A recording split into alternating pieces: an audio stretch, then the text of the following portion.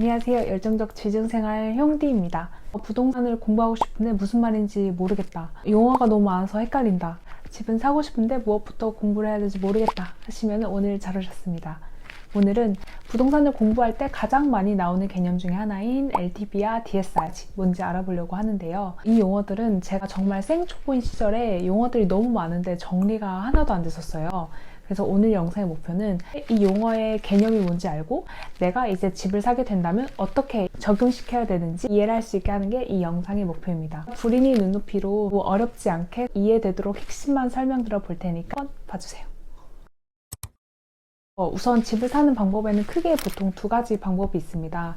첫 번째는 전세 끼고 아파트 매매, 그리고 두 번째는 대출을 통한 매매인데요. 집을 살 때 매매가와 전세가의 차이, 즉 갭만큼만 내 돈으로 현금을 주고 사는 것이 저희 전세 끼고 매매라고 하는 것이고, 이게 투자용이라면 나는 갭 투자를 했다 이렇게 말하는 것이 1번의 방식입니다. 다른 방식은 내가 집값의 60%, 70%, 최대는 80%까지 대출 통해서 집을 사는 방법인데요. 오늘 이야기할 LTV와 DSR 개념은 우리가 대출을 받았을 때 해당되는 내용이에요. 전세 끼고 매매를 하시는 분들도 나중에 실제로 내가 거주하려고 들어갈 때 전세태거 자금 대출을 받는다든지 한 대출을 많이 받으시기 때문에 대출 쪽에 관련된 이 개념을 미리 알아두고 공부하는 것은 큰 도움이 됩니다.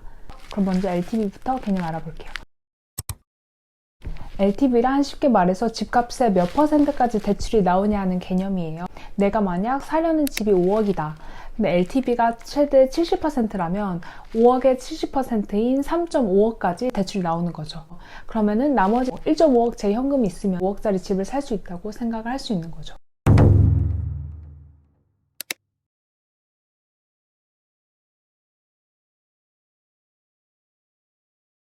LTV가 70%다 라면 나는 나머지 30%의 내 돈만 있으면 집을 살 수 있는 겁니다. 그러면 LTV가 최대 80% 한도라고 하면 집값의 20%만 있으면 되고, LTV가 최대 60%다 그러면은 전 집값의 40%만 현금이 있으면 되는 겁니다. 여기서는 좀 간단한 설명을 위해서 부동산 복비, 취득세, 기타 비용 등은 제외를 하고 일단 설명을 드릴게요. 그러면은 이제 LTV는 이해가 됐는데, 만약에 LTV가 모두 70%, 80%처럼 높다면 집값의 20에서 30%만 내 돈이 있으면 집을 살 수 있는 건데, 너도 나도 좀 집을 사려고 하지 않을까요? 너도 나도 집을 사려고 대출을 풀로 당긴다거나 또 집을 사기 위해서 좀 투기가 몰리는 것을 좀 방지를 하고 지역별로 균형 있게 가격이 형성되게끔 하기 위해서 나라에서는 최대로 받을 수 있는 LTV를 지역별로 다르게 관리합니다. 이렇게 표처럼 LTV는 집의 가격에 따라 그리고 그 집이 어떤 지역에 위치해 있느냐에 따라서 LTV 한도가 다르게 적용되는데요. 정부가 부동산 투기를 조절하기 위해서 조치나 제한을 둔 지역을 우리는 규제 지역이라고 하는데, 규제 지역은 투기과열지구와 조정대상 지역으로 나뉘어져 있습니다. 이렇게 규제 지역을 보시면은 상대적으로 인기가 적은 지역보다 LTV 대출 한도가 낮은데요. 보시면 비규제 지역은 LTV가 70%까지 나오는데 규제 지역은 50%로 대출 한도가 낮죠. 원래 투기과열지구는 40%로 대출 한도가 낮았었는데 이번에 10월 27일에 정부가 추가로 완화를 하면서 50%로 높아진 겁니다. 따라서 내가 사려는 집이 투기과열지구에 있는지, 조정대상 지역에 있는지, 아니면 비규제 지역에 있는지 확인해서 LTV가 나한테 어떻게 적용되는지를 먼저 알아야 합니다. 그럼 이런 규제 지역을 어떻게 보는지 알려드릴게요. 먼저 호갱노노 어플을 이렇게 실행을 해주세요. 호갱노노 어플의 이 우측 상단에 보시면은 여기에 규제를 눌러줍니다.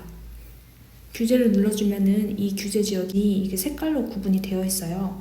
참고로 대출 탭이나 청약 탭 아니면은 세금, 이 세제 탭을 들어가시면은 각 지역별로 세금이 어떻게 부과가 되고 대출, 저희가 지금 공부하고 있는 LTV 한도, DSR 한도가 어떻게 되는지 나와 있습니다.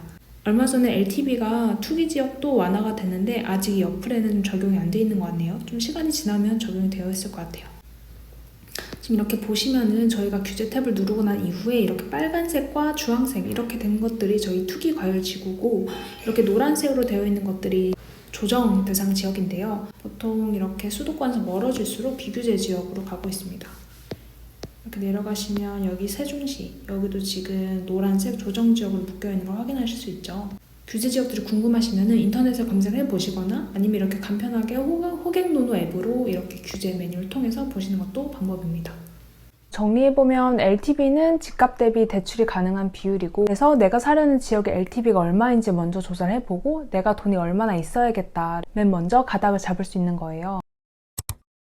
그러면 이제 두 번째로, 너도 나도 자기 능력, 소비 대비 과도하게 대출을 받게 되면 어떻게 될까요? 너도 나도 LTV 최대한도로 대출을 받는데 감당 못하게 받고 대출 이자로 힘들어하면 어떻게 될까요? 그러니까 이런 상황, 즉 개인이 감당할 수 없는 대출을 받는 것을 막기 위해서 나라에서는 LTV와 함께 DSR이라는 것을 봅니다. DSR은 한 개인이 대출을 감당할 수 있는지 없는지를 평가하는 지표라고 생각하시면 쉬워요.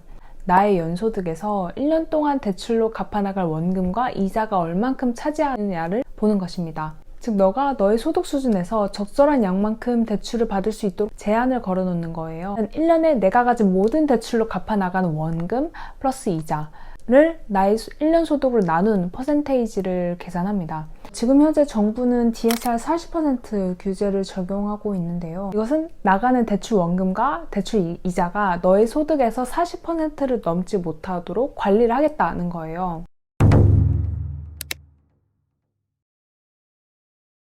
DSR은 나의 소득이 높아질수록 전체 DSR이 작아져서 유리하고요. 또 신용대출이나 카드론, 그런 만기가 짧은 대출이 없을수록 DSR에 유리합니다. 이거는 뒤에 이 DSR 계산하는 과정에서 또 한번 설명을 드릴게요. 그러면 나의 DSR은 어떻게 계산할 수 있나요? 사실 정확한 DSR 계산은 은행에서 실제로 대출을 실행을 할 때 알 수 있다고 하는데, 저희가 무턱대고 DSR도 모르는 상태로 집을 알아보거나 대출을 알아보고 신청을 할 수는 없잖아요. 그래서 DSR을 좀 대충 가늠해 볼 수 있는 방법이 있습니다. 다른 대출이 아무것도 없다고 가정했을 때 보통 본인 연봉의 7.5배까지가 DSR 40%로 한도로 보는 방법, 요즘은 금리가 좀 인상되니까 보수적으로는 7배까지 보는 방법도 있습니다. 그럼 만약 나는 다른 대출도 있고 신용대출도 있는데 정확하게 내 DSR은 얼마지? 를 계산해 보고 싶다면 DSR을 계산해주는 사이트를 이용을 할 수 있습니다.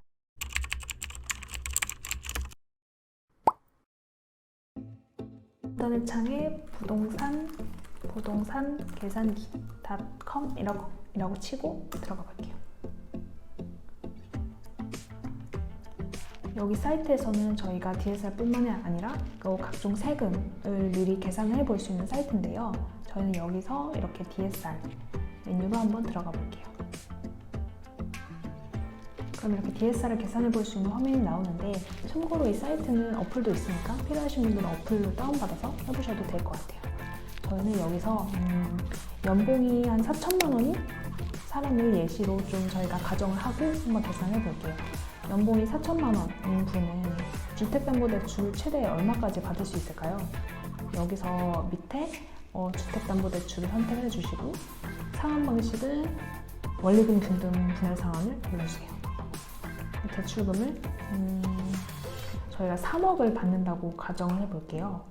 그래서 3억을 받고, 대출 기간은 보통 그 DSR을 할 때 1년마다 내는 원리금이 작으려면 대출 기간이 최대한 길어야 되거든요. 주택담보대출 같은 경우는 10년, 20년, 길게는 35년까지 대출 기간이 있는데, 저희는 좀 원리금을 매해 내는 원리금 줄이기 위해서 가장 긴 거 총 한 35년짜리는 420개월이거든요. 420개월로 가정하고 진행해 볼게요.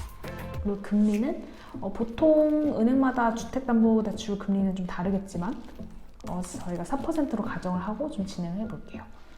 그래서 DSR 계산해 보시면은 여기 연봉이 4천만 원인 사람이 주택담보대출을 3억을 받았을 때 그거를 35년짜리 금리를 4%로 계산했을 때 DSR이 39.85%가 나오죠. 거의 40%에 간당간당하게 나오네요. 그럼 다음으로 제가 아까 DSR을 줄이려면 좀 신용대출이라든지 좀 만기가 짧은 것들 같은 다른 대출이 없어야 된다고 말씀을 드렸는데, 그 이유를 한번 좀 볼게요. 저희가 똑같이 3억 대출을 받는데 이번에는 주택담보대출을 2억 5천만 원으로 받고 다른 신용대출이 5천만 원이 있다고 가정해 볼게요. 신용대출 5천만 원. 그리고 신용대출은 보통 만기일시 상환으로 많이 하니까 만기일시 상환 선택을 해줄게요. 신용대출의 경우 보통 1년마다 연장을 하기 때문에 12개월을 작성하고 금리가 조금 더 높으니까 5%로 맞춰줬어요. 그래서 똑같이 이렇게 하면은 주택담보대출 2억 5천만 원, 신용대출 5천만 원 있는데 이렇게 계산을 해보면은 연봉 4천만 원에 주택담보 2억 5천, 신용대출 5천만 원인데 DSR이 아까 40%가 안 되는데 이번에 거의 65%로 확 뛰었죠.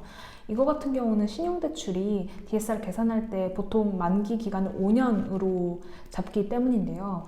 이렇게 5년으로 잡게 되면은 내가 매해 연도에 상환해야 되는 금액이 크게 잡히기 때문에 DSR에 크게 됩니다. 그래서 주택담보대출을 만약에 좀 많이 받고 싶으시다면 신용대출이라든지 다른 대출을 좀 정리를 하시고 주택담보대출을 받으시는 게 좋아요. 오늘 영상 어떠셨나요? 제가 불임 시절 헷갈렸던 것들을 짚어나가면서 한번 설명해 드렸는데 큰 도움이 되셨으면 좋겠습니다. 궁금하시거나 이해 안 되는 부분이 있으시면 댓글로 남겨주시면 제가 최대한 아는 선에서 답변을 드리도록 하겠습니다. 무주택자의 내 집 마련기 시리즈는 또 다음 영상으로 이어서 돌아올게요. 감사합니다.